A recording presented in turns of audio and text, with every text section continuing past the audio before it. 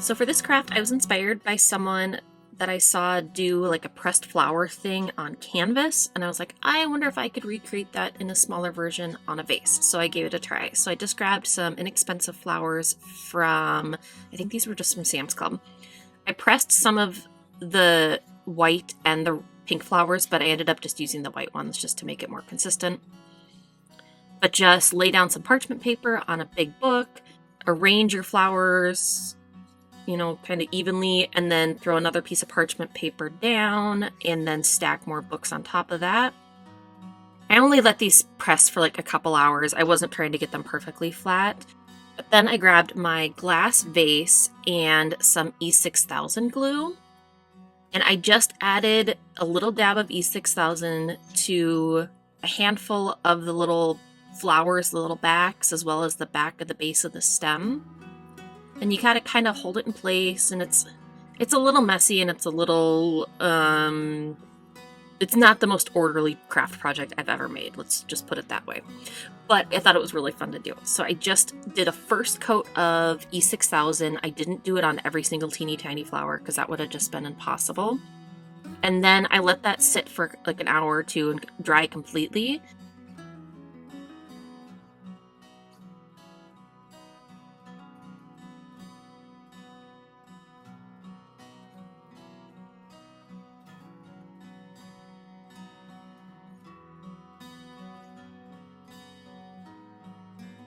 And then I thought that I would be able to use hard coat Mod Podge to smooth the rest of the flowers down.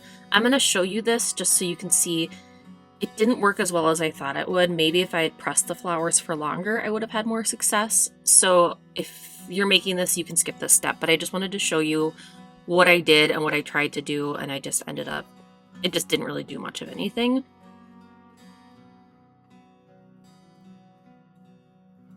The reason why I Mod Podged is I was trying to avoid using hot glue on glass, but this is where we landed.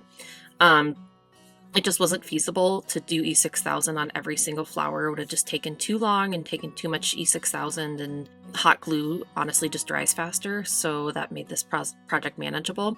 So I just went back and hot glued all the rest of the flowers that were really sticking out. It's not going to be perfect because this is a three-dimensional piece, so use your best judgment and glue as many of the flowers as you like.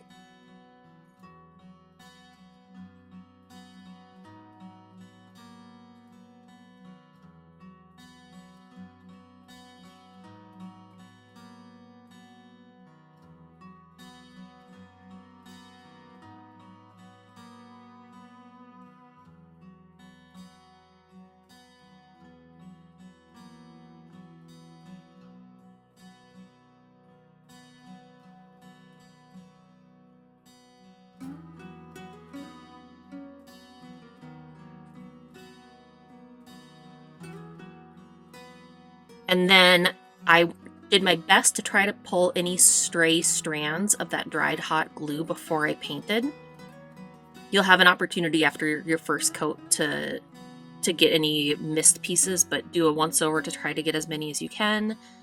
Then I just grabbed some spray paint. So I have this stone texture spray paint that I'm obsessed with, but you have to do a base coat first. You have to do a base coat in that same color family, otherwise it doesn't really work. So I did a coat of this chiffon spray chalk paint. So here it is after the first coat. And then once you do that first coat of spray paint, it's going to be real obvious if you missed any of those strands of hot glue. So go ahead and peel the rest of those away. And then I went back and added a second coat of that cream spray paint because I wanted solid coverage, and then I finished up with one coat of the stone texture spray paint. And here is my finished little vase. So it looks kind of like stone, but flower, three-dimensional texture. I'm happy with how it turned out. It may not be everyone's cup of tea, but that's it.